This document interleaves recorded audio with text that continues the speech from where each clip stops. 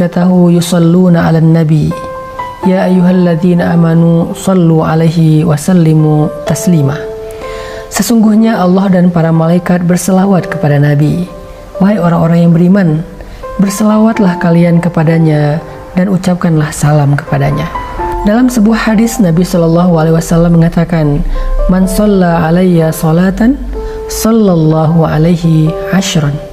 Siapa yang berselawat kepada Nabi 1 kali, Allah akan berselawat untuknya 10 kali.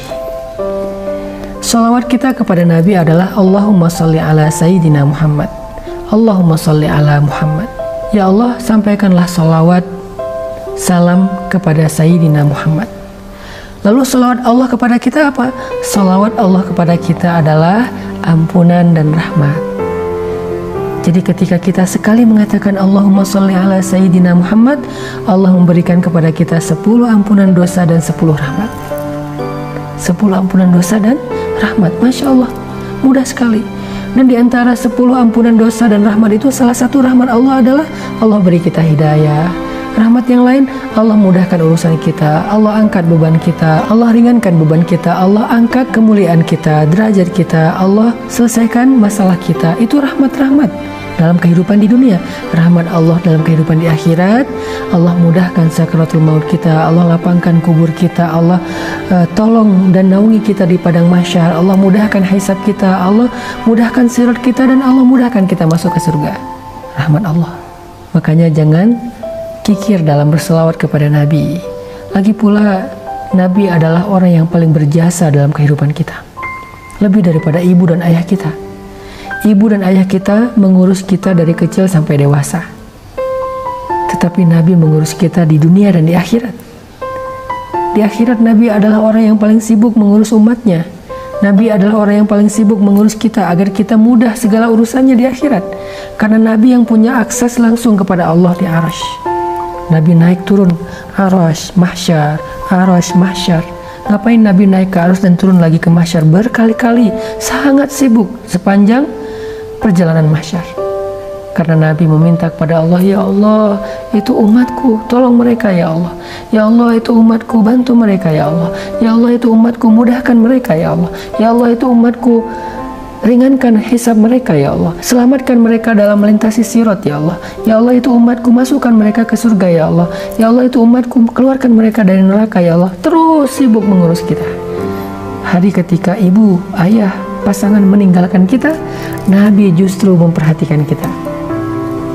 Yauma yafirrul mar'u min akhihi. Hari ketika seseorang lari dari saudaranya. Wa ummihi wa abi, lari dari ibunya dan ayahnya. Wa sahibatihi wa bani, lari dari istrinya dan anak-anaknya. Likulli imri'in minhum yawma idzin sya'nun yughni. Hari itu setiap orang hanya sibuk dengan urusannya sendiri-sendiri, kecuali Rasulullah. Ayah kita sibuk dengan urusannya, nggak akan nolongin kita. Di dunia, ayah kita berjuang untuk kita, tapi di akhirat dia akan tinggalin kita. Ibu kita di dunia berkorban untuk kita, tapi di akhirat dia akan mengabaikan kita. Pasangan di dunia mencintai kita, menemani hidup kita, tapi di akhirat dia akan meninggalkan kita.